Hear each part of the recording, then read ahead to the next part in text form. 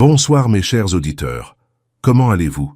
J'espère que vous êtes tous bien installés et prêts à découvrir une histoire qui va toucher vos cœurs et vous faire réfléchir sur ces moments extraordinaires où le destin décide de bouleverser nos vies de la manière la plus inattendue.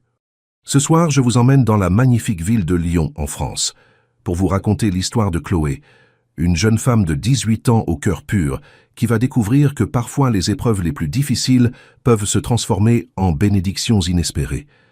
Et celle d'Alexandre, un homme de 35 ans qui avait perdu foi en l'amour, jusqu'au jour où ses yeux ont croisé ceux d'une jeune femme qui allait changer sa vie à jamais.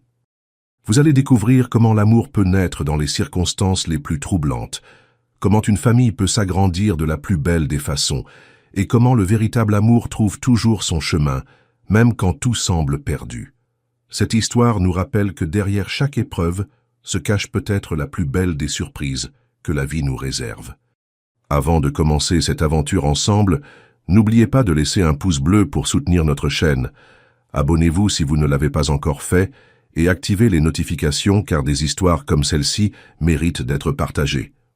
Et dites-moi dans les commentaires, croyez-vous que l'amour peut vraiment transformer une personne? Partagez vos expériences et vos réflexions. Maintenant, installez-vous confortablement, préparez-vous une tisane et découvrons ensemble comment Chloé et Alexandre ont écrit l'une des plus belles histoires d'amour que j'ai eu l'honneur de vous raconter. Je suis certaine que vous ne verrez plus jamais l'amour de la même façon après cette histoire. Êtes-vous prêts? Commençons. Chloé Dubois se réveilla ce matin de mardi à Lyon avec cette même oppression dans la poitrine qu'elle ressentait depuis des mois. Le bruit des bouteilles qui s'entrechoquaient dans la cuisine indiquait déjà que son père avait encore bu pendant la nuit. À 18 ans, elle connaissait bien cette routine douloureuse qui se répétait presque tous les jours depuis que sa mère était morte, 3 ans auparavant. Elle se leva du petit lit qu'elle partageait avec sa sœur cadette, Sophie, âgée de seulement 12 ans, et se dirigea vers la cuisine de leur modeste appartement dans le quartier de la Guillotière.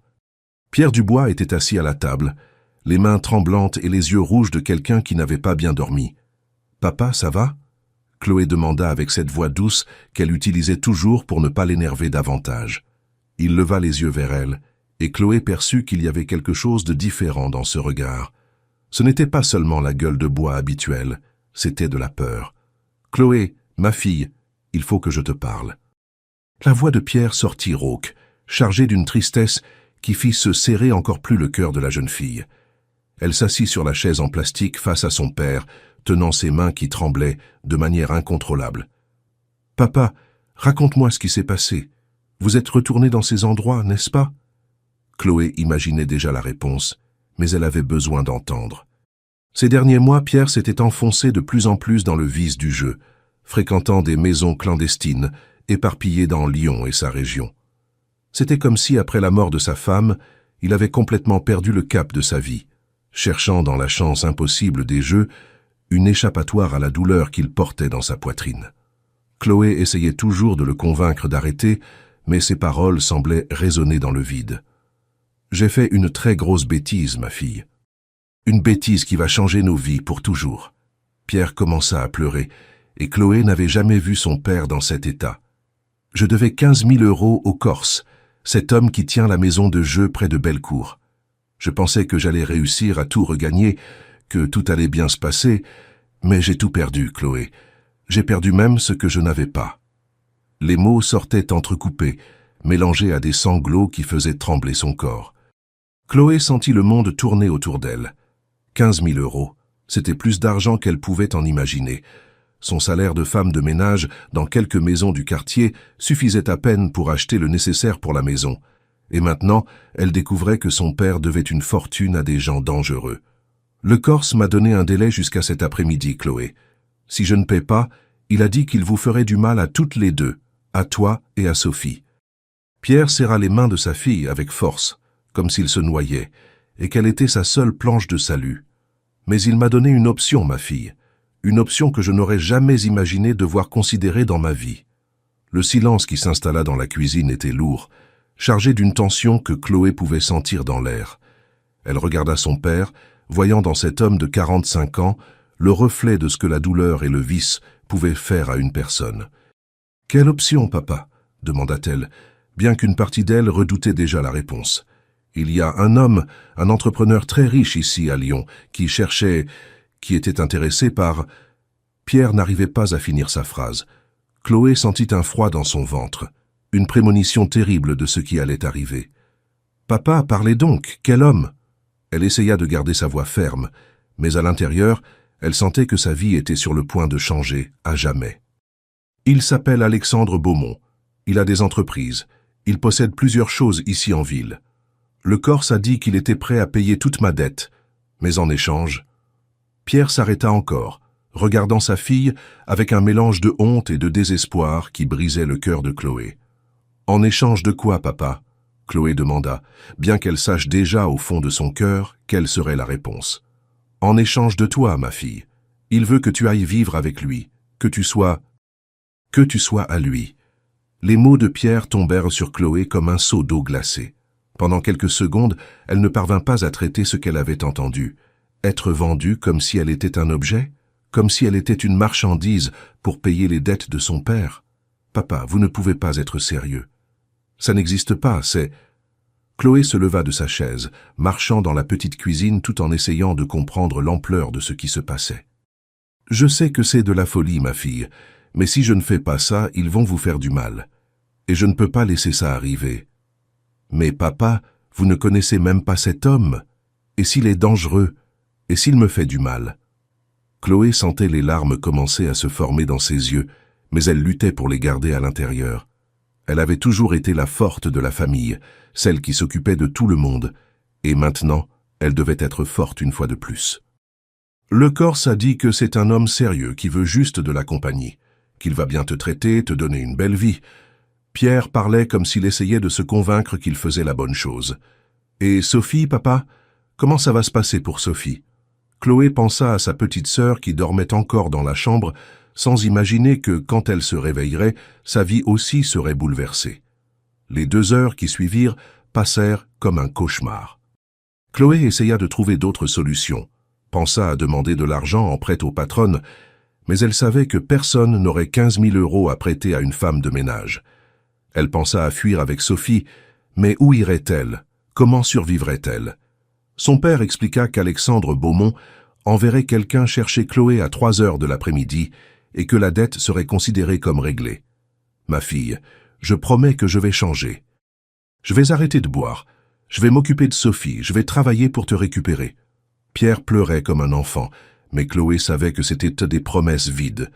Le vice avait pris le contrôle de sa vie d'une manière qui semblait irréversible. Quand la voiture noire s'arrêta devant le modeste immeuble de Chloé, elle eut l'impression de vivre un film.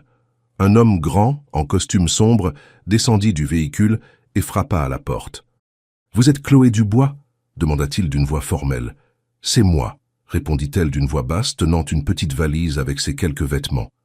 Sophie pleurait accrochée à sa sœur, sans bien comprendre ce qui se passait, mais sachant que quelque chose de terrible séparait leur famille. « Occupe-toi de Sophie, papa. S'il lui arrive quelque chose à cause de vous, je ne vous pardonnerai jamais. » Chloé dit ces mots en regardant directement dans les yeux de Pierre, qui baissa la tête de honte. Le trajet jusqu'au manoir d'Alexandre Beaumont ne dura que 20 minutes, mais pour Chloé, cela sembla une éternité. Elle regardait par la fenêtre de la voiture, voyant Lyon passer devant ses yeux, et se demandant si elle reverrait un jour sa maison, sa sœur, sa vie d'avant. Quand la voiture entra par le portail du manoir dans le quartier huppé de la Croix-Rousse, Chloé comprit qu'elle entrait dans un monde complètement différent du sien, un monde où elle ne savait pas quelles règles valaient et ce qu'on attendait d'elle. Le manoir d'Alexandre Beaumont était plus grand que toute maison que Chloé avait jamais vue dans sa vie. Le jardin à l'entrée ressemblait à un parc, avec des plantes soigneusement entretenues et une fontaine au milieu qui produisait un doux bruit d'eau courante. Quand elle descendit de la voiture, ses jambes tremblaient, tant qu'elle pouvait à peine marcher correctement.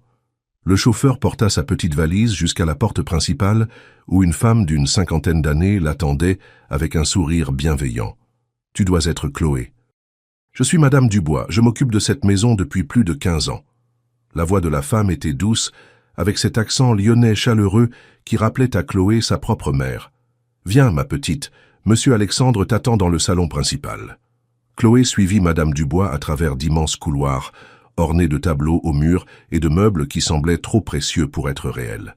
Tout ici sentait la propreté et un parfum délicat qu'elle n'arrivait pas à identifier. Quand elles arrivèrent au salon, Chloé vit un homme grand, aux larges épaules, debout dos tourné regardant par la fenêtre.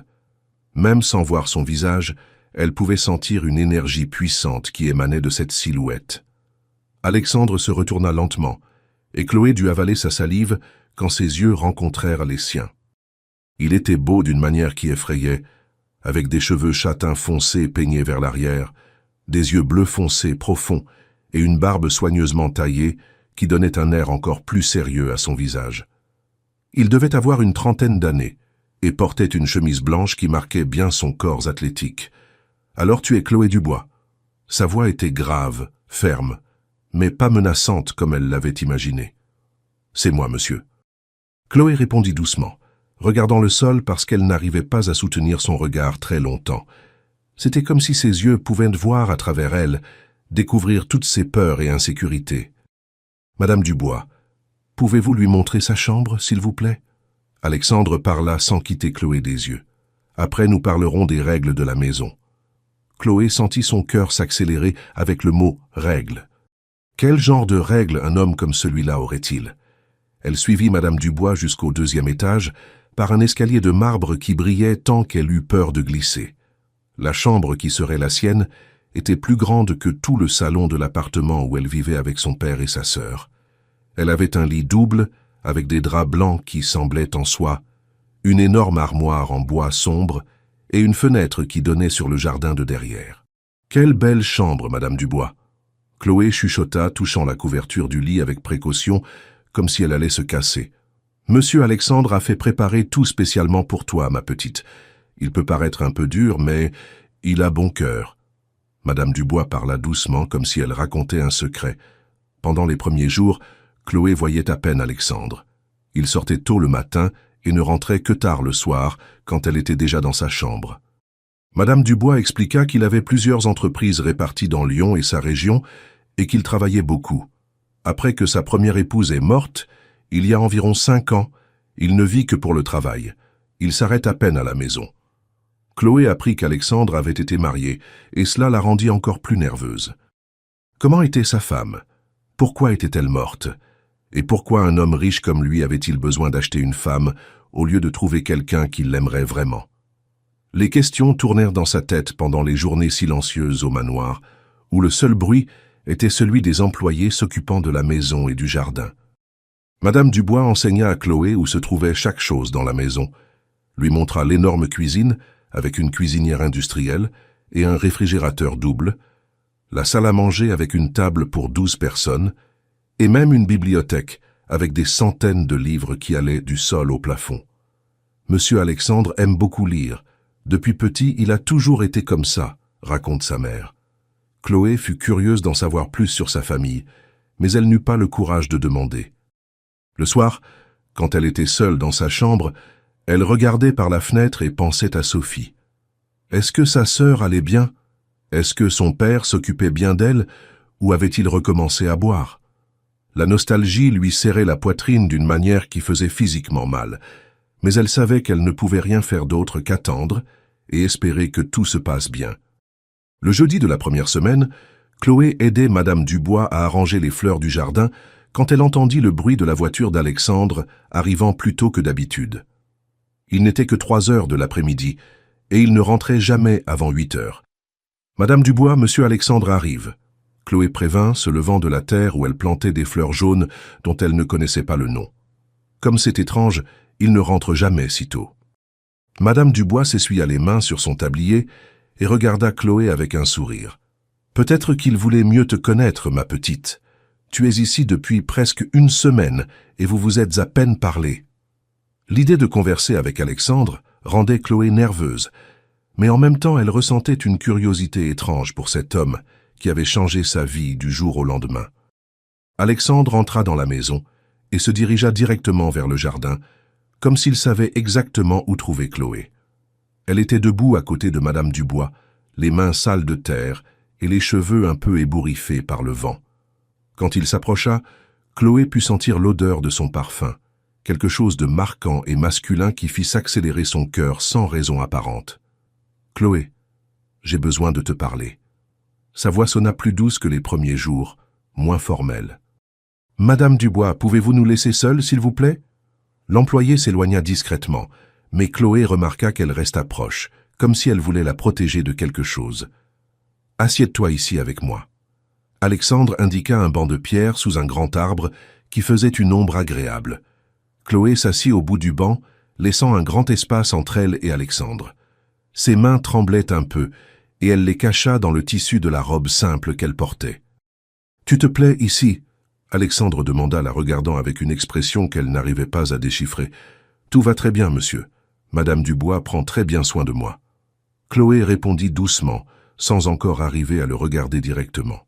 « Alexandre, tu peux m'appeler Alexandre. » Il dit, et quand Chloé leva finalement les yeux pour croiser les siens, elle sentit quelque chose d'étrange dans son ventre, comme si elle avait des papillons qui volaient là-dedans.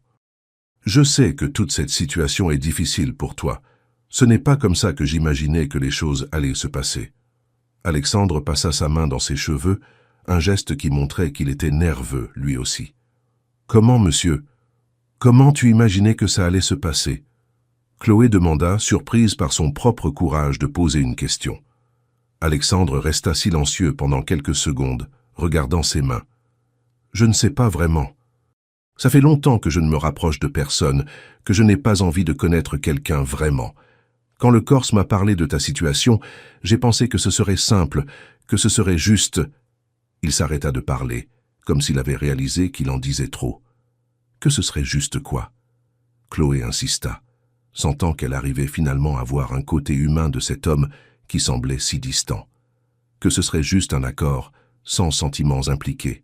Mais toi, tu es différente de ce que j'attendais.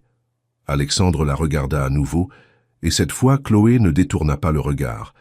Il y avait quelque chose dans ses yeux bleus qu'elle n'arrivait pas à comprendre, un mélange de tristesse et de curiosité qui fit battre son cœur plus fort. Le silence qui s'installa entre eux n'était pas inconfortable comme Chloé imaginait que ce serait. C'était comme si tous les deux essayaient de se comprendre, essayaient de découvrir quoi faire avec cette situation étrange dans laquelle ils se trouvaient. « Tu peux être à l'aise dans toute la maison, Chloé. Tu n'as pas besoin de te cacher dans ta chambre ou de rester seulement à aider Madame Dubois. Il y a la bibliothèque, il y a la piscine au fond, il y a tout le jardin. » Alexandre dit, se levant du banc. « Et si tu as besoin de quelque chose, tu peux me le dire. Je ne suis pas un monstre, même si j'en ai peut-être l'air. » Quand il dit cela, Chloé vit un petit sourire au coin de sa bouche, le premier sourire qu'elle voyait depuis qu'elle était arrivée au manoir. À ce moment, regardant Alexandre retourner vers l'intérieur de la maison, Chloé sentit que peut-être sa vie dans cet endroit n'allait pas être le cauchemar qu'elle avait imaginé. Chloé se réveilla le vendredi matin avec un bruit différent venant d'en bas. Des voix animées résonnèrent dans la maison, mélangées à des rires et au son de valises traînées sur le sol de marbre. Elle regarda l'horloge sur la table de nuit et vit qu'il n'était que 7 heures du matin. Alexandre ne faisait jamais de bruit à cette heure. Il sortait toujours en silence pour ne réveiller personne.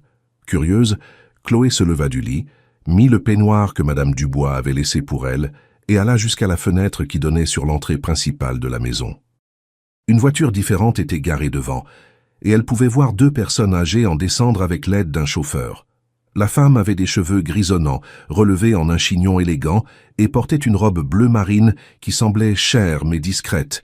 L'homme était grand comme Alexandre, mais plus âgé avec des cheveux complètement blancs et un large sourire qui illuminait son visage. Madame Dubois frappa à la porte de la chambre de Chloé quelques minutes plus tard. « Ma petite, peux-tu descendre prendre le petit déjeuner ? Les parents de Monsieur Alexandre sont arrivés de voyage et il veut te présenter. » Le cœur de Chloé s'emballa. Les parents d'Alexandre, personne n'avait mentionné qu'ils allaient arriver. Comment devrait-elle se comporter? Que penserait-il d'elle? Rapidement, elle choisit la plus belle robe qu'elle avait, une bleu clair simple que Madame Dubois avait achetée pour elle la semaine précédente, se brossa les cheveux longs et descendit les escaliers avec les jambes tremblantes.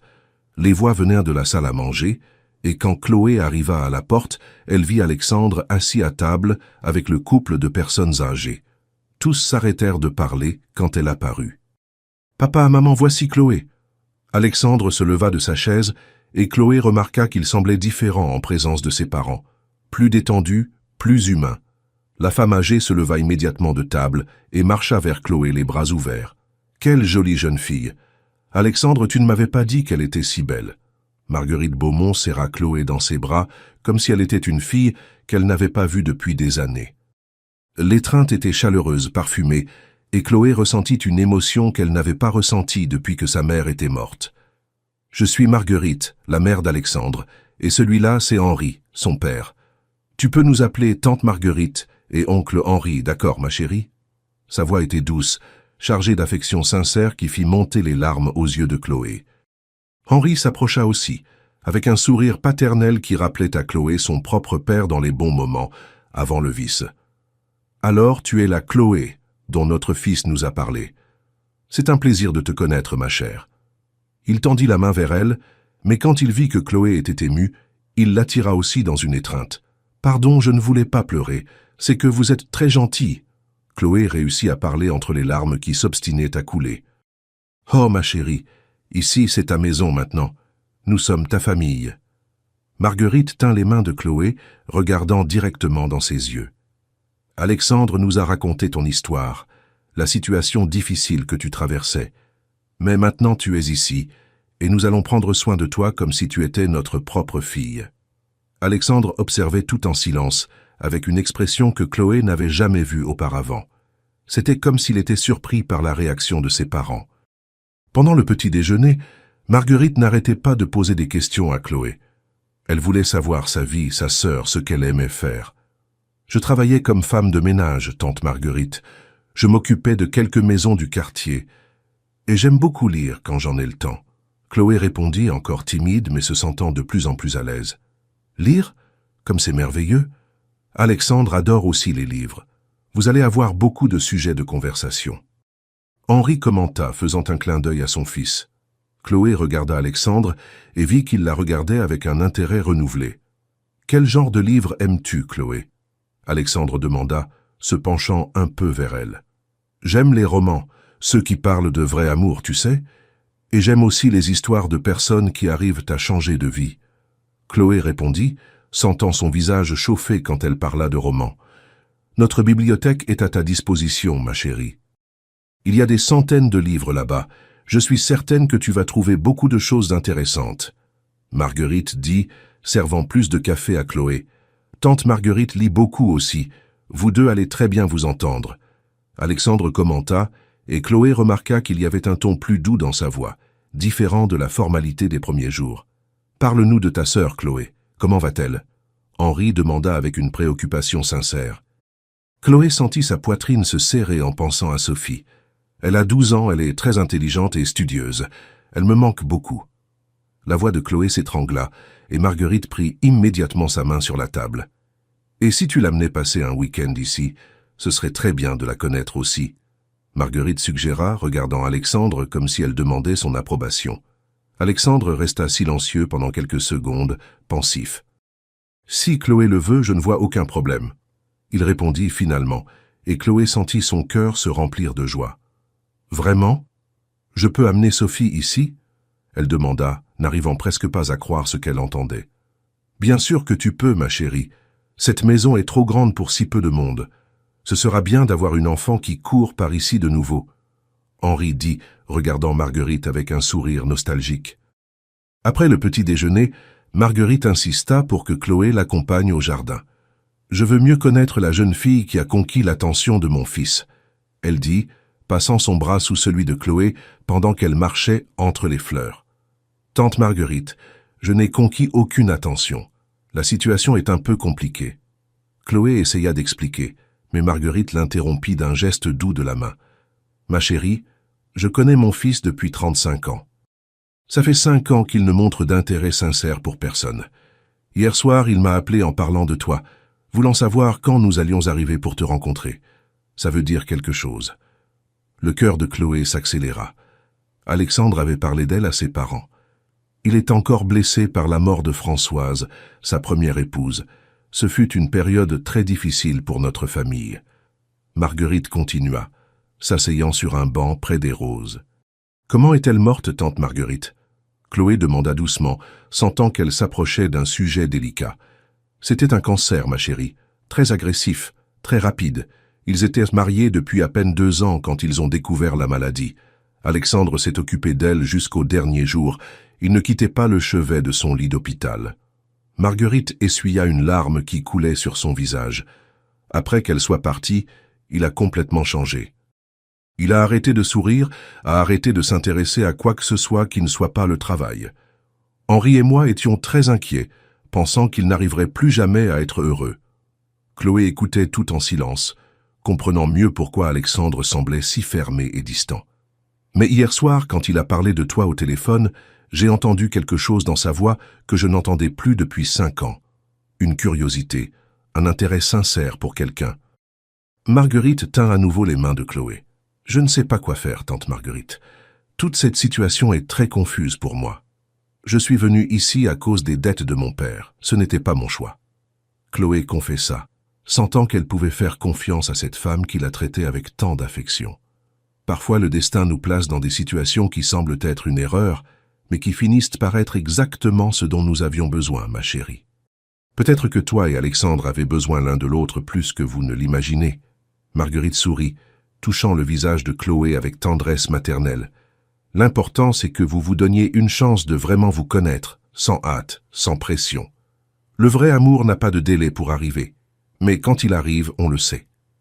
À ce moment, Chloé vit Alexandre s'approcher dans le jardin, venant vers elle. « Puis-je voler Chloé, maman?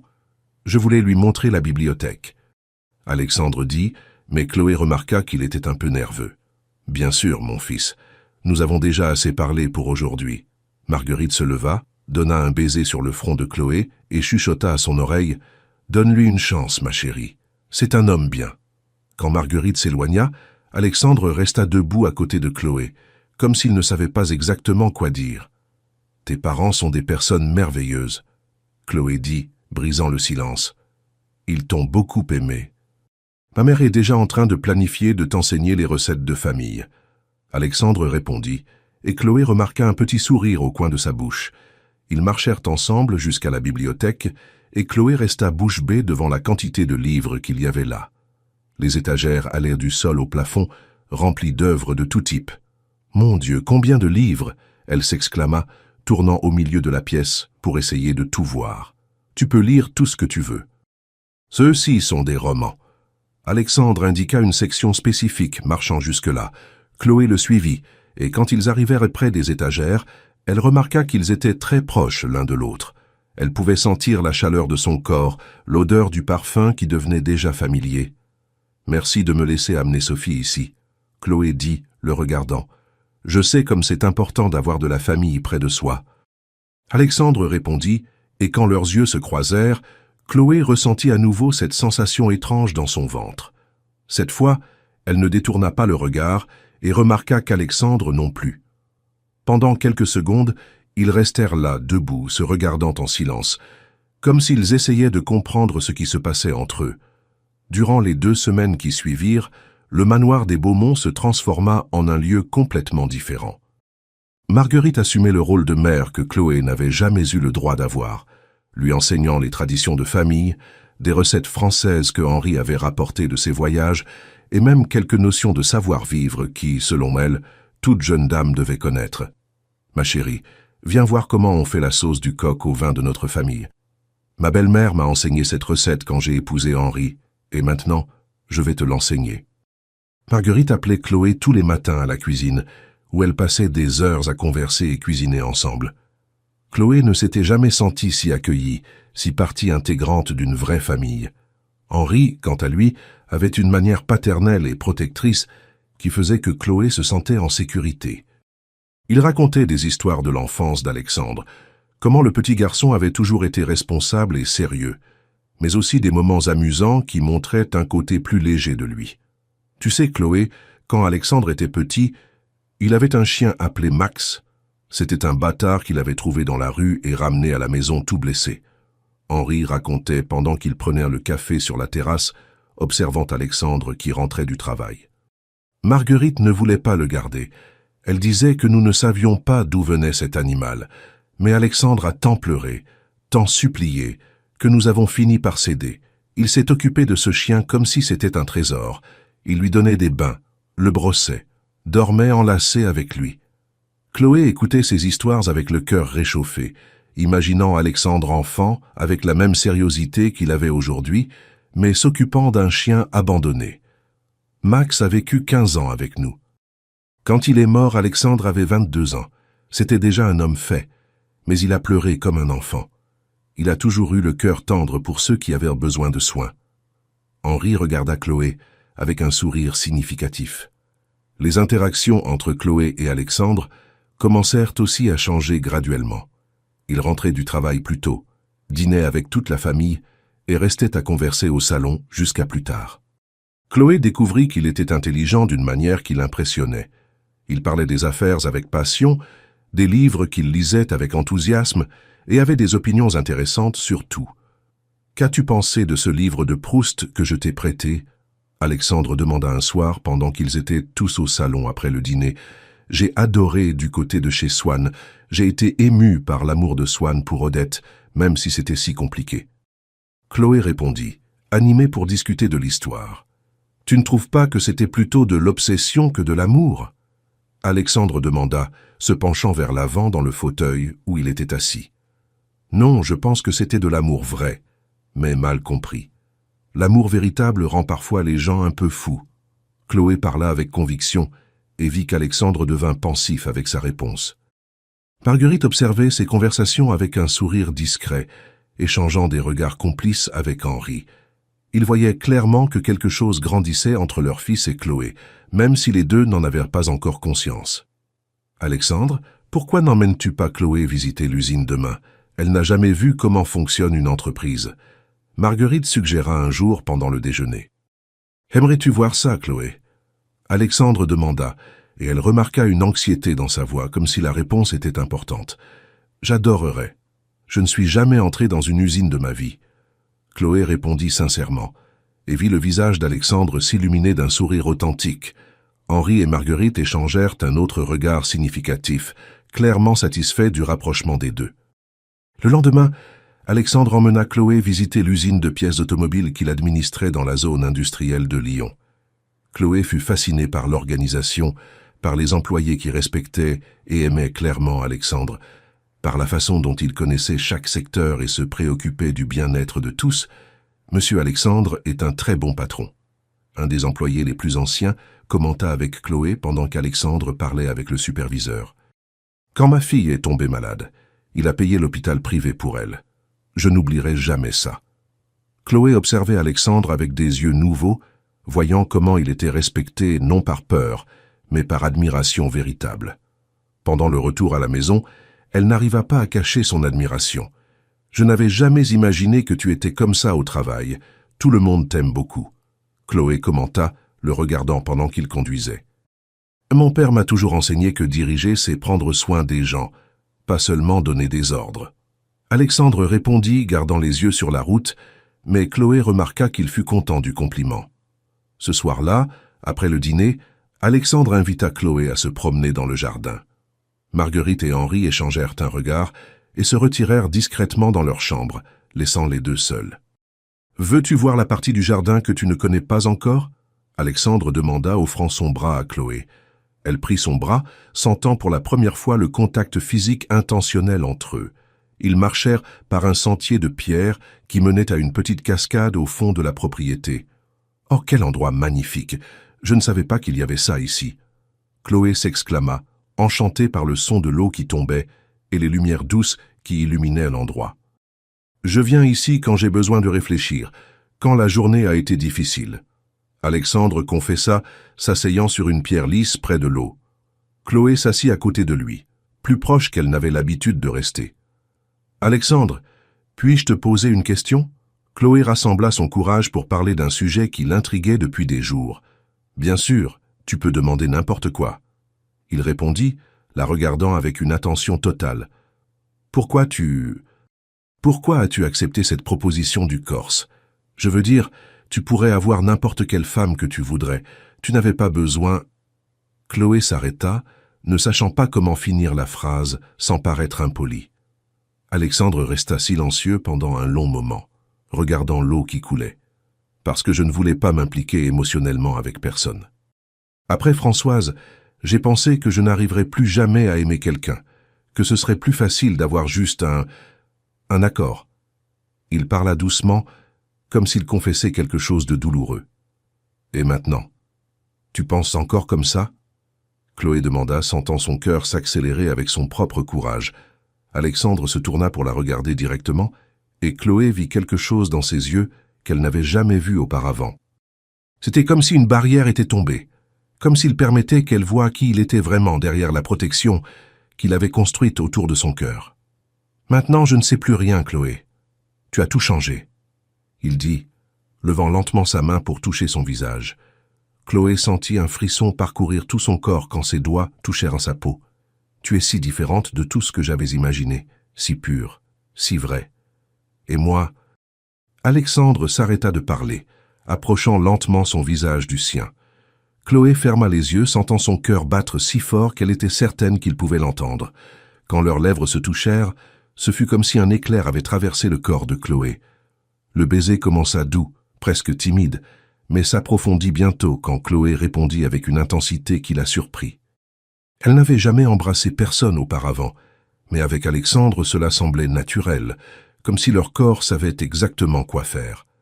Ses mains montèrent dans ses cheveux, pendant que Chloé tenait ses épaules pour ne pas perdre l'équilibre. Quand ils se séparèrent finalement, tous les deux étaient essoufflés. « Chloé !»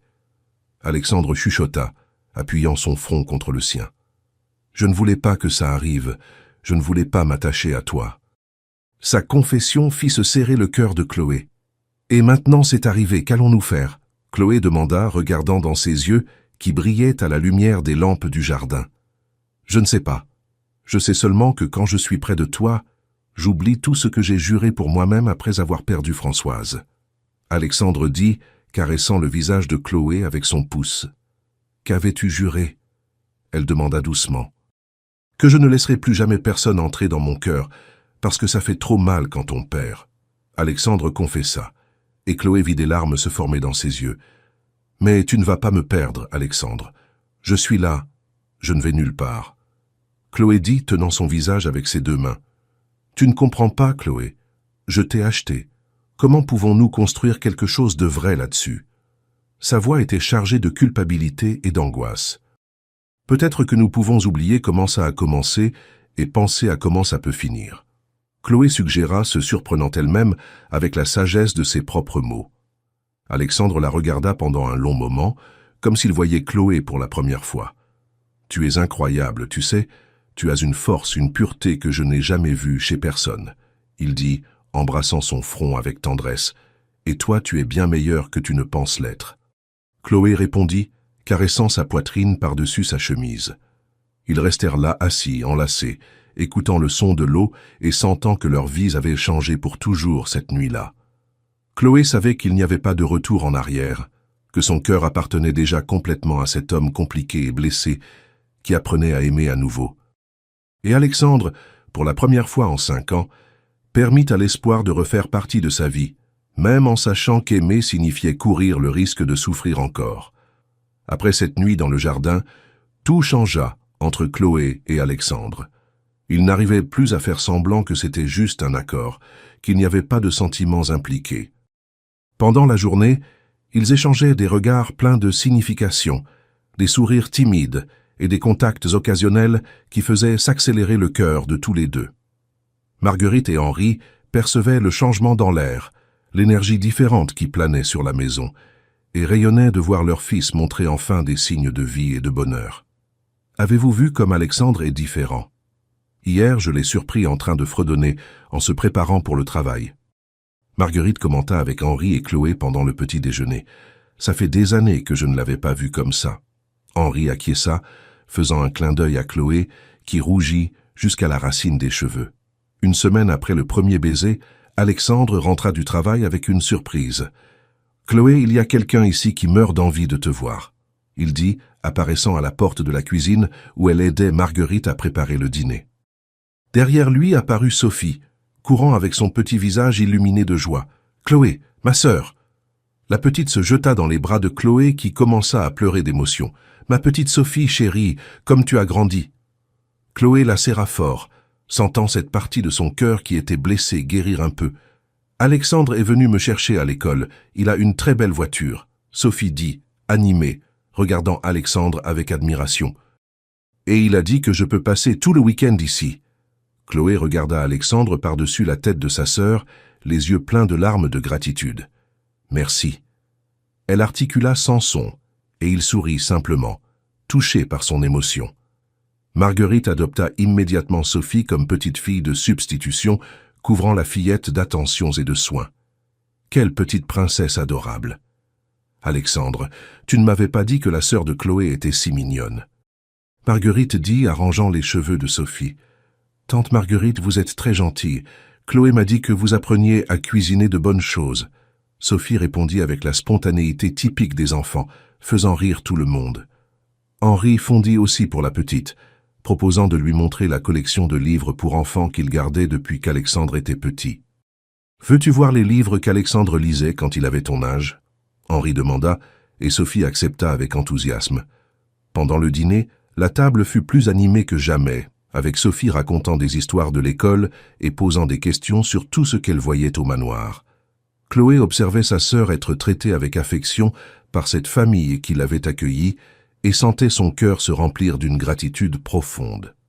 Plus tard, après que Sophie se soit endormie dans la chambre d'amis que Marguerite avait préparée spécialement pour elle, Chloé chercha Alexandre dans la bibliothèque. Il lisait un livre technique sur l'administration, mais le ferma dès qu'elle entra. « Merci d'avoir amené Sophie. Tu n'imagines pas ce que ça représente pour moi. » Chloé dit, s'asseyant dans le fauteuil à côté du sien.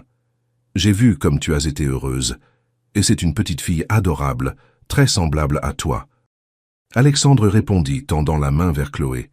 Elle prit sa main entrelaçant leurs doigts, un geste qui devenait naturel entre eux. « Tes parents sont des personnes incroyables. Tante Marguerite planifie déjà de faire une chambre juste pour Sophie. » Chloé commenta riant doucement. « Ma mère a toujours voulu avoir des petits-enfants. Elle réalise un rêve en prenant soin de vous deux. » Alexandre dit, portant la main de Chloé à ses lèvres pour l'embrasser. Le contact de ses lèvres sur sa peau envoya une vague de chaleur dans le corps de Chloé. Ces dernières semaines, les contacts entre eux étaient devenus plus fréquents et plus intimes, mais toujours respectueux, toujours chargés de tendresse. « Alexandre !» Chloé murmura, regardant dans ses yeux et y voyant le même désir qu'elle sentait brûler dans sa poitrine. « Dis-moi, mon amour. » Le mot « amour » sortit naturellement de ses lèvres, et tous les deux perçurent le poids de ce moment. C'était la première fois qu'il l'appelait ainsi, et Chloé sentit que quelque chose se brisa définitivement en elle. « Je n'ai jamais... » Chloé essaya de parler, mais les mots s'emmêlèrent dans sa gorge. Alexandre comprit ce qu'elle essayait de dire et se leva, la tirant doucement par la main. « Tu n'as pas besoin de dire quoi que ce soit maintenant. Il n'y a pas d'urgence. » Alexandre dit, mais Chloé secoua la tête. « Ce n'est pas ça. Je veux être avec toi. Vraiment. » Chloé rassembla tout le courage qu'elle avait pour dire ce qu'elle ressentait depuis des semaines. Le désir qui grandissait en elle, chaque fois qu'il la touchait, chaque fois qu'il la regardait de cette façon, qui faisait trembler tout son corps. Alexandre la rapprocha, tenant son visage entre ses mains. « Es-tu sûre? Chloé, tu es si jeune, si pure. Je ne veux pas que tu fasses quelque chose dont tu regretteras après. » Sa préoccupation était sincère, et cela ne fit que rendre Chloé plus certaine de ce qu'elle ressentait. « Je suis sûre, Alexandre, je t'aime. » Les mots sortirent de son cœur sans filtre, crus et vrais. Alexandre resta immobile pendant quelques secondes, comme s'il ne pouvait pas croire ce qu'il avait entendu.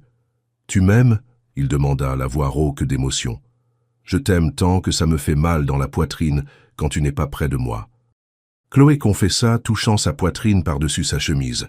« Chloé, mon amour, moi aussi je t'aime, plus que je n'ai jamais imaginé pouvoir aimer quelqu'un à nouveau. » Alexandre l'embrassa avec une intensité qui lui coupa le souffle, un baiser qui parlait de nécessité, de désir, mais aussi de tendresse et de respect. Quand ils se séparèrent, Chloé vit dans ses yeux la même décision qu'elle ressentait dans son propre cœur. « Viens avec moi. » Alexandre murmura, prenant sa main et la conduisant hors de la bibliothèque. Ils montèrent les escaliers en silence, leur cœur battant si fort que Chloé était certaine que le son résonnait dans les couloirs. Alexandre l'emmena jusqu'à sa chambre, où elle n'était jamais entrée auparavant. C'était un environnement masculin, élégant, avec des meubles sombres et un lit king size qui dominait l'espace. « Ça es-tu absolument certaine ?» Alexandre demanda une fois de plus, debout devant elle, tenant ses mains dans les siennes. « Je n'ai jamais été aussi certaine de quelque chose dans ma vie. » Chloé répondit, s'approchant de lui et commençant à déboutonner lentement la chemise qu'il portait. Ses mains tremblaient un peu, mais pas de peur. C'était de l'expectative, une nervosité agréable, l'émotion de quelqu'un qui est sur le point de vivre quelque chose dont elle avait rêvé longtemps. Alexandre la laissa lui retirer sa chemise, observant chaque mouvement, avec un mélange de désir et de tendresse qui fit que Chloé se sentit la femme la plus désirée du monde.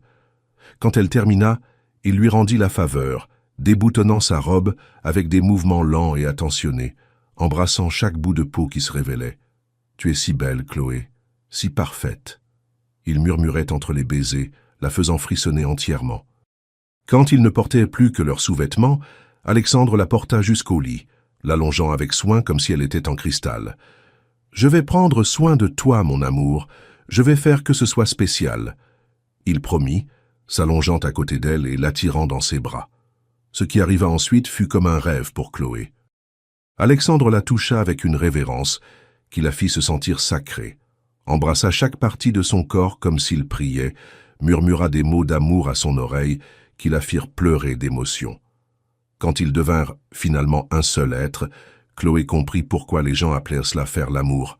Ce n'était pas seulement physique, c'était une connexion d'âme, un abandon complet qui allait bien au-delà du plaisir. Alexandre fut infiniment attentionné, s'arrêtant plusieurs fois pour s'assurer qu'elle allait bien, embrassant les larmes d'émotion qui coulaient sur son visage. « Je t'aime tant, Chloé, tant que ça fait peur. » Il murmura quand elle se serra contre lui, essayant de s'habituer aux sensations nouvelles. « Moi aussi, je t'aime, pour toujours. » Chloé répondit, regardant dans ses yeux et y voyant une vulnérabilité qu'il n'avait jamais montrée à personne. Après, quand ils étaient allongés, enlacés, Chloé avec la tête sur la poitrine d'Alexandre écoutant les battements de son cœur, tous les deux comprirent que leurs vies avaient changé pour toujours. Ils n'étaient plus juste deux personnes qui s'étaient connues par hasard, ils étaient un couple, une famille, deux moitiés qui avaient trouvé leur complétude. « Alexandre ?» Chloé murmura, dessinant des cercles sur sa poitrine avec son doigt. « Oui, mon amour ?» il répondit, embrassant le sommet de sa tête. « Je pensais, nous pourrions rendre l'argent à ces gens. Je ne veux pas que notre histoire commence par ça.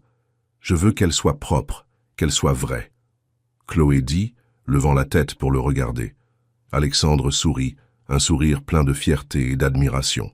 « Je me suis déjà occupé de ça il y a 2 semaines, mon amour. La dette de ton père a été réglée sans t'impliquer. Maintenant tu es ici parce que tu le veux, parce que nous nous aimons. » Chloé sentit ses yeux se remplir de larmes de gratitude et d'amour. « Comment ça? Tu as payé la dette même sans que tu me donnes quoi que ce soit en échange? Chloé, au moment où je suis tombé amoureux de toi, tout a changé. Tu n'es pas une propriété, tu es la femme que j'aime et que je veux à mes côtés pour le reste de ma vie. » Les 2 mois qui suivirent furent les plus heureux de la vie de Chloé. Elle et Alexandre vivaient comme un couple vraiment amoureux, sans plus de secrets, sans plus d'accords étranges entre eux. Tous les matins, il la réveillait avec un baiser doux sur le visage et un café au lit qu'il préparait lui-même avant d'aller travailler. « Bonjour, mon amour. As-tu bien dormi ?» Alexandre murmurait à son oreille, faisant que Chloé se réveillait en souriant tous les jours. Elle n'avait jamais imaginé qu'être aimée pouvait être si délicieux, si complet. Alexandre était affectueux, attentionné, et la traitait comme si elle était la chose la plus précieuse du monde. Le soir, quand il rentrait du travail, il la cherchait immédiatement, voulait savoir comment s'était passée sa journée, ce qu'elle avait fait, si elle était heureuse. Ils dînaient tous ensemble, Chloé, Alexandre, Marguerite et Henri, comme une vraie famille. Sophie venait au manoir tous les week-ends, et Alexandre tenait à aller la chercher personnellement à l'école le vendredi. La petite était complètement enchantée par son beau-frère, et Alexandre semblait avoir découvert un côté paternel qu'il ne savait même pas qu'il possédait. « Alexandre, peux-tu m'apprendre à conduire quand je grandirai ?» Sophie demanda un jour, pendant qu'ils jouaient dans la piscine. « Bien sûr, princesse. »« Mais seulement quand tu auras l'âge, hein ?» Alexandre répondit, la lançant en l'air et la rattrapant, faisant rire la petite aux éclats. Chloé observait ces scènes avec le cœur plein d'amour, imaginant comment ce serait quand ils auraient leurs propres enfants. Marguerite et Henri rayonnaient en voyant la transformation de leur fils. Je n'avais pas vu Alexandre comme ça depuis avant la mort de Françoise. Henri commenta avec Chloé un jour, pendant qu'ils observaient Alexandre jouer avec Sophie dans le jardin. « Tu lui as rendu la vie, ma chérie. » La chambre de Chloé avait été officiellement transférée dans celle d'Alexandre, et Marguerite tint à l'aider à organiser ses vêtements dans le dressing masculin. « Maintenant, vous êtes un vrai couple, vous devez tout partager. » Marguerite dit, suspendant les robes de Chloé à côté des costumes d'Alexandre. « Tante Marguerite, parfois j'ai peur que tout soit un rêve et que je vais me réveiller. » Chloé confessa assise sur le lit en observant sa belle-mère arranger ses affaires. « Ma chérie, quand l'amour est vrai, on sent que c'est réel. Et ce que vous avez est très réel, très beau. » Marguerite s'assit à côté de Chloé, prenant sa main. « Alexandre n'a jamais aimé personne comme il t'aime.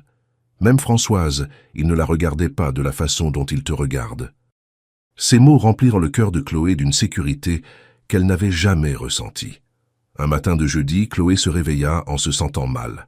Elle courut aux toilettes et vomit tout ce qu'elle avait dans l'estomac, laissant Alexandre inquiet. « Mon amour, ça va? Veux-tu que j'appelle un médecin ?» Il tint ses cheveux pendant qu'elle se remettait, passant sa main dans son dos avec tendresse. « Ça doit être quelque chose que j'ai mangé hier. Je vais déjà mieux. » Chloé répondit, mais pendant toute la semaine, la nausée se répéta. Toujours le matin, toujours à la même heure. Marguerite fut la première à avoir des soupçons. « Chloé, ma chérie, puis-je te poser une question très personnelle ?» Marguerite demanda, pendant qu'elle prenait le thé sur la terrasse un après-midi. « Bien sûr, tante Marguerite, vous pouvez demander n'importe quoi. » Chloé répondit, remarquant un éclat spécial dans les yeux de sa belle-mère. « Quand ont eu lieu tes dernières règles ?» La question fit que Chloé s'arrêta avec sa tasse à mi-chemin de sa bouche. Elle commença à compter mentalement et réalisa qu'elle avait un retard de plus de 3 semaines. « Mon Dieu, tante Marguerite, je n'y avais même pas pensé. » Chloé mit sa main sur son ventre instinctivement, comme si elle pouvait sentir quelque chose de différent là. « Ma chérie, je pense que tu as besoin de faire un test. Ces nausées matinales, le retard. Il se peut que tu sois enceinte. » Marguerite parla avec une émotion contenue, comme si elle ne voulait pas créer de trop grandes attentes. Le cœur de Chloé s'emballa. Enceinte? D'Alexandre? Cette possibilité la laissa à la fois extasiée et terrifiée. Comment réagirait-il? Il n'avait jamais parlé d'avoir des enfants. Serait-il content ou penserait-il que c'était trop tôt? Allons acheter un test maintenant, je viens avec toi. Marguerite se leva, déterminée. Ne le dites à personne encore, tante Marguerite, ni à oncle Henri ni à Alexandre. Je veux être sûre avant. Chloé demanda, traitant encore la possibilité. Le lendemain matin, pendant qu'Alexandre était au travail, Chloé fit le test de grossesse dans la salle de bain de la chambre, avec Marguerite qui attendait dehors. « Alors, ma chérie ?» Marguerite demanda quand Chloé sortit, avec le test dans la main et des larmes dans les yeux. « Positif. Je suis enceinte, tante Marguerite. » Chloé arrivait à peine à croire ses propres mots. Marguerite l'attira dans une étreinte serrée, pleurant d'émotion avec elle. « Quelle joie, mon Dieu! Je vais être grand-mère. Henri va devenir fou de bonheur. » Marguerite parlait et pleurait en même temps. « Mais comment vais-je le dire à Alexandre? Et s'il ne veut pas? Et s'il pense que c'est trop tôt ?» Chloé était en panique, pensant à toutes les possibilités négatives. « Ma chérie, tu es folle. Cet homme t'aime éperdument. Il va rayonner quand il saura qu'il va être père de ton bébé. » Marguerite tint le visage de Chloé, séchant ses larmes. « Mais il vaut mieux que tu le lui dises aujourd'hui même. Un secret de grossesse ne dure pas longtemps. » Chloé passa toute la journée à répéter comment elle allait le dire à Alexandre. Elle pensa à plusieurs façons. Préparer un dîner spécial, laisser le test sur le lit, le lui dire directement. À la fin, elle décida que ce serait simple et direct. Quand Alexandre rentra du travail, elle l'attendait dans la chambre, assise sur le lit avec une petite boîte cadeau dans les mains. « Qu'est-ce que c'est, mon amour? Ce n'est pas mon anniversaire. » Alexandre dit, s'approchant avec un sourire curieux. « C'est un cadeau anticipé, pour te donner une nouvelle. » Chloé dit, lui tendant la boîte avec des mains tremblantes. Alexandre ouvrit la boîte et vit le test de grossesse à l'intérieur, avec 2 petites lignes bien visibles. Il resta immobile, regardant le test, sans réaction apparente. « Alexandre ?» Chloé appela, la voix incertaine. Lentement, Alexandre leva les yeux du test vers le visage de Chloé, et elle vit là une émotion si profonde qu'elle faillit pleurer à nouveau. « Tu es enceinte ?»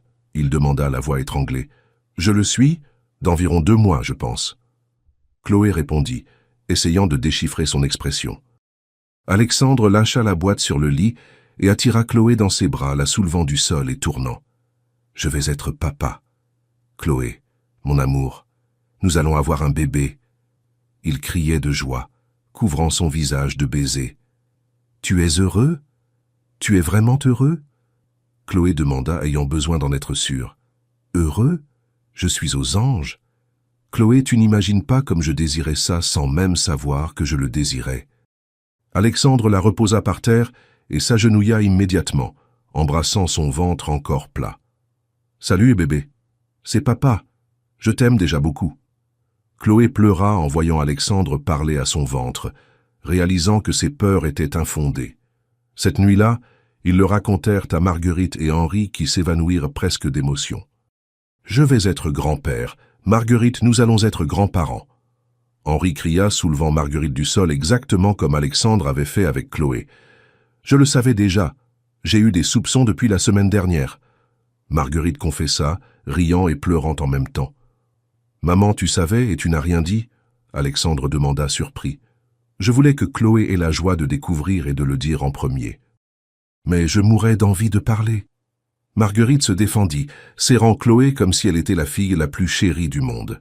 Toute la famille rayonnait, faisant des plans pour le bébé, discutant des prénoms, imaginant comment ce serait quand l'enfant naîtrait. Chloé ne s'était jamais sentie si aimée, si partie intégrante de quelque chose, si complète. Pendant les semaines qui suivirent, Alexandre devint encore plus attentionné et protecteur avec Chloé. Il ne la laissait porter aucun poids, insistait pour qu'elle se repose plus, et tous les soirs il parlait avec son ventre, racontant sa journée et chantant des chansons que sa mère avait l'habitude de lui chanter quand il était enfant. « Comment penses-tu que notre bébé va être ?» Chloé demanda un soir, allongée sur la poitrine d'Alexandre. « J'espère qu'il aura tes yeux, ta douceur, ta bonté. » Alexandre répondit, caressant ses cheveux. « Et moi j'espère qu'il aura ton intelligence, ta force, ton cœur généreux. » Chloé compléta. « Que ce soit un garçon ou une fille, il sera très aimé. Il aura une famille qui donnerait tout pour lui. » Alexandre embrassa la tête de Chloé et tous les deux restèrent là en silence, imaginant l'avenir qu'ils construisaient ensemble, un avenir plein d'amour, de famille et d'espoir. Le bonheur de la famille Beaumont semblait parfait jusqu'à un lundi pluvieux de mai, quand tout commença à s'effondrer d'une façon que Chloé n'aurait jamais pu imaginer. Elle était enceinte de 4 mois, son petit ventre commençant déjà à se voir discrètement, et Alexandre ne tenait plus de fierté chaque fois qu'il le touchait. Ce matin-là, il partit au travail comme toujours, embrassant Chloé et murmurant « Je t'aime » à son oreille. « Prends soin de notre bébé aujourd'hui, d'accord ?» il dit, touchant son ventre avec tendresse avant de partir. Chloé resta à la maison, aidant Marguerite à organiser ce qui serait la chambre du bébé, choisissant des couleurs et des meubles, conversant joyeusement de l'avenir qui les attendait. « Ma chérie, tu penses que ce sera un garçon ou une fille ?» Marguerite demanda, mesurant le mur où serait le berceau. « J'ai le pressentiment que c'est un garçon. Je ne sais pas pourquoi, mais je le sens. » Chloé répondit, passant sa main sur son ventre avec amour. Vers 3 heures de l'après-midi, la sonnette retentit. Chloé alla ouvrir, s'attendant à une livraison ou un employé, mais se retrouva face à un homme grand, mince, d'une 40aine d'années, très bien habillé. « Bonjour, madame est bien Chloé Dubois ?» L'homme demanda avec un sourire qui n'atteignait pas ses yeux. « C'est moi. »« En quoi puis-je vous aider ?» Chloé répondit, sentant un frisson étrange, comme si quelque chose de mauvais était sur le point d'arriver. « Mon nom est Maître Rousseau. Je suis avocat. J'ai besoin de parler avec madame d'un sujet très sérieux concernant monsieur Alexandre Beaumont. » La mention du nom d'Alexandre fit que Chloé s'alerta immédiatement. Quel genre de sujet? Il lui est arrivé quelque chose. Chloé demanda, son cœur s'accélérant déjà d'inquiétude. « Puis-je entrer ?» C'est une conversation qui doit se faire en privé.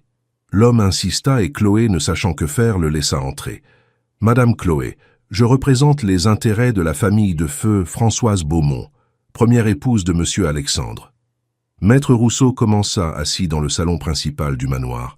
Chloé sentit un froid dans son ventre avec ces mots. Pourquoi quelqu'un de la famille de l'ex-épouse d'Alexandre apparaîtrait maintenant? Je ne comprends pas. Qu'est-ce que ça a à voir avec moi? Chloé demanda, essayant de garder son calme. La famille a découvert récemment votre situation avec Monsieur Alexandre et la grossesse. Ils sont très inquiets. Maître Rousseau ouvrit un dossier qu'il avait apporté, sortant quelques documents. Inquiet de quoi? Chloé s'assit dans le fauteuil, ses jambes soudainement faibles. Madame Chloé, la famille a des raisons de croire que vous avez profité du moment de fragilité émotionnelle de Monsieur Alexandre pour en tirer un bénéfice financier. Et maintenant, avec cette grossesse opportune, Maître Rousseau laissa la phrase en suspens, insinuant quelque chose de terrible. Comment ça, grossesse opportune? Quel genre d'insinuation est-ce là? Chloé se leva indignée, mais l'avocat continua imperturbable. La famille a des informations selon lesquelles vous êtes venu ici par le biais d'un accord financier impliquant des dettes de jeu. Ils croient que la grossesse a été planifiée pour garantir une pension à vie et un héritage pour l'enfant. Les mots de l'homme étaient comme des gifles au visage de Chloé. C'est un mensonge absurde. J'aime Alexandre, et il m'aime. Notre relation est vraie. Chloé cria, mais Maître Rousseau secoua négativement la tête. Madame Chloé, j'ai ici des documents qui prouvent le paiement de 15 000 € fait par Monsieur Alexandre pour solder une dette en échange de vos services. Comment expliquez-vous cela? Il montra des papiers que Chloé n'arrivait pas à lire clairement. Mais les chiffres étaient là, noir sur blanc. Alexandre a payé la dette parce qu'il m'aimait, parce qu'il voulait que notre relation soit propre. Chloé essaya d'expliquer, mais elle sentait comme si ces mots n'avaient déjà pas de force contre l'évidence apparente. La famille a aussi des témoins qui peuvent témoigner de conversations où vous avez confessé ne vous intéresser qu'à l'argent de la famille Beaumont. Maître Rousseau continua, ajoutant mensonge sur mensonge. C'est un mensonge. Qui sont ces gens? Je n'ai jamais dit ça à personne. Chloé était désespérée, sentant le monde s'effondrer autour d'elle. Je peux vous donner des noms et des déclarations, mais l'important c'est que la famille est disposée à faire un accord. Ils vont payer une somme substantielle pour que vous quittiez la vie de Monsieur Alexandre et ne revendiquiez rien concernant l'enfant. L'homme posa un chèque sur la table. 50 000 €. C'est bien plus que ce que vous gagneriez en travaillant toute votre vie. Chloé regarda le chèque comme s'il s'agissait d'un serpent venimeux. « Je ne veux pas de votre argent, je veux mon mari et ma famille !» Elle cria, mais Maître Rousseau se leva calmement. « Madame Chloé, la famille va prendre des mesures légales si nécessaire. Ils ont les ressources pour prouver que vous êtes une opportuniste qui a profité d'un homme en deuil. Cela peut inclure une action pour vous retirer la garde de l'enfant quand il naîtra. » La menace fit que Chloé se sente nauséeuse. « Vous ne pouvez pas faire ça. » Elle murmura, mettant ses mains sur son ventre de façon protectrice. « Ils peuvent et vont le faire si nécessaire. La famille Beaumont a beaucoup de pouvoir, beaucoup d'influence. Vous n'êtes qu'une femme de ménage de Lyon. Qui croyez-vous qu'un juge va croire ?» Maître Rousseau remit les papiers dans le dossier et marcha vers la porte. « Le chèque reste là. Vous avez 48 heures pour décider. Après ça, la procédure légale va commencer. » Quand l'homme partit, Chloé s'effondra dans le fauteuil, tremblante et pleurant convulsivement. Marguerite apparut, ayant entendu une partie de la conversation de loin. « Ma chérie, que s'est-il passé? Qui était cet homme ?» Marguerite demanda inquiète, s'asseyant à côté de Chloé. « Tante Marguerite, ils ont parlé que je ne suis avec Alexandre que pour l'argent, que la grossesse a été planifiée. » Chloé expliqua entre les sanglots, et Marguerite s'indigna. « C'est absurde. Comment quelqu'un peut penser une chose pareille ?» Marguerite serra Chloé dans ses bras, essayant de la calmer. « Mais ils ont des papiers, des preuves. Et ils ont dit qu'ils vont essayer de me prendre mon bébé. » Chloé pleurait désespérément, sentant comme si tout l'amour et le bonheur des dernières semaines avaient été une illusion. « Ma chérie, c'est du bluff. Ils essaient de te faire peur. Alexandre ne permettra jamais qu'il t'arrive quelque chose à toi ou au bébé. » Marguerite essaya de la rassurer, mais Chloé était au-delà de la consolation. Quand Alexandre rentra à la maison ce soir-là, il trouva Chloé dans la chambre, assise sur le lit avec les yeux rouges d'avoir pleuré. « Mon amour, que s'est-il passé? Ma mère a dit que tu t'es senti mal aujourd'hui. » Il s'assit à côté d'elle, essayant de prendre sa main, mais Chloé s'écarta. « Alexandre, est-ce vrai que tu as payé 15 000 € pour m'acheter ?» Chloé demanda directement, regardant dans ses yeux. Alexandre marqua une pause, surpris par la question soudaine. « Chloé, c'était au début, avant qu'on se connaisse vraiment. Tu sais que tout a changé. » Il essaya d'expliquer, mais Chloé se leva du lit. « Alors c'est vrai, tu m'as vraiment acheté comme un objet. » La voix de Chloé était vide, sans vie. « Chloé, mon amour, tu déformes tout. Oui, initialement il y a eu un accord, mais après nous sommes tombés amoureux. Ça ne signifie rien maintenant. » Alexandre se leva aussi, essayant de s'approcher d'elle à nouveau. « Ça signifie tout, Alexandre. Comment puis-je savoir si ton amour est vrai ou si tu te sens juste coupable de ce que tu as fait ?» Chloé cria, toutes les insécurités que l'avocat avait plantées grandissant comme de la mauvaise herbe dans son esprit. « Et si cette grossesse est juste commode pour toi, une façon de justifier ce que tu as payé pour moi ?» Les mots sortirent de Chloé sans contrôle, empoisonnés par le doute et la peur. Alexandre la regarda comme si elle l'avait giflé. « Comment peux-tu dire ça? Comment peux-tu remettre en question ce que nous ressentons l'un pour l'autre ?» Sa voix était blessée, incrédule. « Parce que je ne sais plus ce qui est vrai. » Chloé cria, et à ce moment, tous les mois de bonheur semblèrent n'être qu'un beau rêve qui finissait enfin, ne laissant que douleur et doute à la place de l'amour qu'ils avaient construit ensemble. Chloé quitta le manoir cette même nuit, ne portant qu'une petite valise et le cœur brisé. Alexandre essaya de l'en empêcher, cria son nom sous la pluie pendant qu'elle montait dans le taxi qu'elle avait appelé, mais elle ne se retourna pas une seule fois.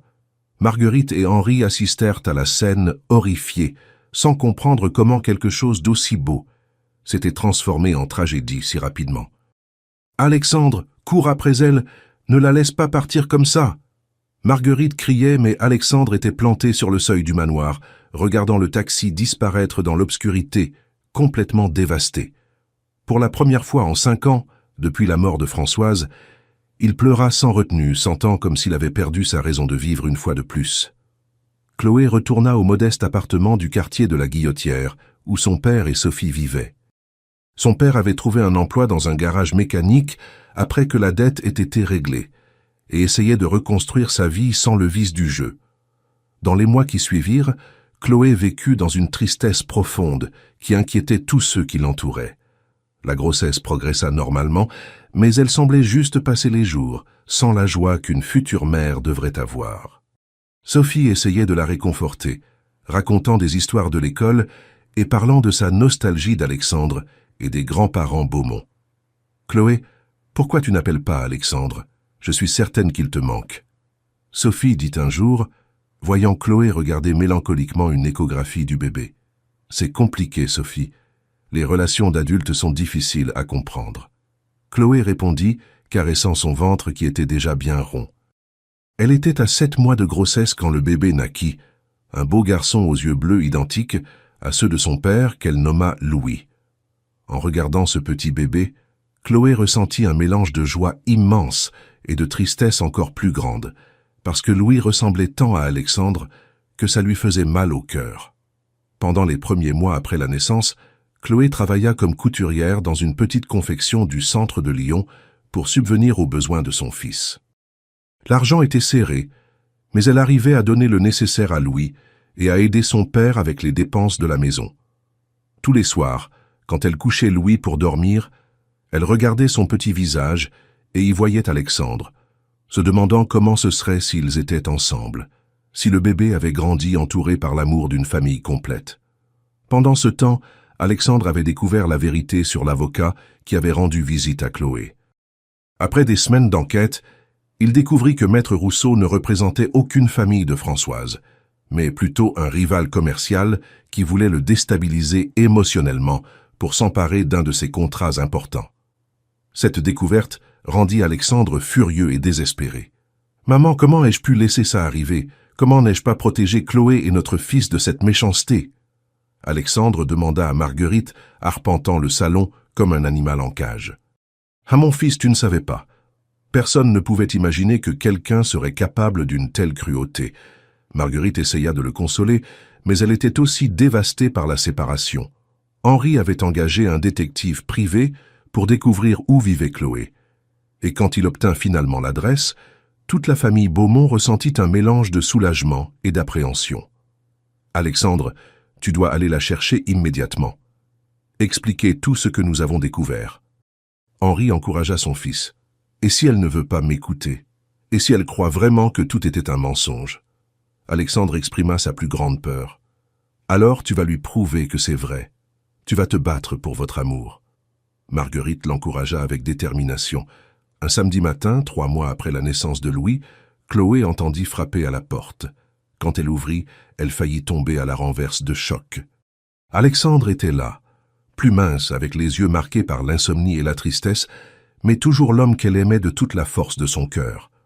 Dans ses bras se trouvait Louis, qui commença immédiatement à rire et à tendre les mains vers l'étranger qu'il reconnaissait d'une certaine façon. « Chloé !» Alexandre murmura, ses yeux se remplissant de larmes en voyant son fils pour la première fois. « Alexandre, que fais-tu ici ?» Chloé demanda, sa voix tremblant. « J'ai découvert la vérité, mon amour, sur l'avocat, sur tous les mensonges qu'il t'a racontés. » Alexandre expliqua rapidement, montrant des documents qui prouvaient la conspiration contre eux. Chloé écouta sous le choc, pendant qu'Alexandre expliquait comment Maître Rousseau travaillait en réalité pour un concurrent qui voulait nuire à sa réputation et voler un contrat important. Il a enquêté sur notre vie, a découvert comment nous nous sommes rencontrés, et a utilisé ça pour semer le doute en toi. Alexandre termina, regardant directement dans ses yeux. Chloé, chaque mot d'amour que j'ai dit, chaque moment que nous avons vécu ensemble, tout était vrai. Toi et Louis, vous êtes ma vie. Louis, comme s'il comprenait que c'était son père, continua à tendre les mains vers Alexandre, faisant de petits bruits heureux. « Puis-je le prendre ?» Alexandre demanda, sa voix brisée d'émotion. Chloé acquiesça, mettant Louis dans les bras de son père. Le bébé se blottit immédiatement contre la poitrine d'Alexandre, comme s'il appartenait là. « Chloé, je sais que je t'ai blessée en ne défendant pas notre amour quand tu en avais le plus besoin. Je sais que j'ai laissé les doutes entrer dans ta tête, au lieu de me battre pour notre famille. » Alexandre parla tout en berçant doucement Louis. « Mais je te promets, devant notre fils, que je ne laisserai plus jamais personne détruire ce que nous avons. Veux-tu rentrer à la maison? Veux-tu que nous soyons une vraie famille ?» Les larmes coulaient sur le visage de Chloé pendant qu'elle regardait Alexandre avec Louis. Tout l'amour qu'elle avait essayé d'enterrer pour se protéger remonta d'un coup. « Alexandre, je n'ai jamais cessé de t'aimer, pas un seul jour. » Chloé confessa, s'approchant de lui. « Mais j'ai peur que quelque chose se reproduise, que quelqu'un essaie de nous séparer à nouveau. Alors nous nous battrons ensemble. Toute tentative de séparer notre famille trouvera face à elle 2 personnes unies. » Alexandre promit, tendant une main vers Chloé tout en continuant à porter Louis de l'autre. Mes parents sont fous de joie de connaître leur petit-fils. Marguerite a déjà préparé une chambre spéciale pour Louis et Henri a acheté assez de jouets pour tout un magasin. Chloé rit à travers ses larmes, se rappelant combien cette famille qu'il avait accueillie avec tant d'amour lui avait manqué. « Et Sophie, elle peut continuer à venir ?» Chloé demanda. « Chloé, mon amour, Sophie fait aussi partie de notre famille. Notre maison est sa maison chaque fois qu'elle le voudra. » Alexandre assura.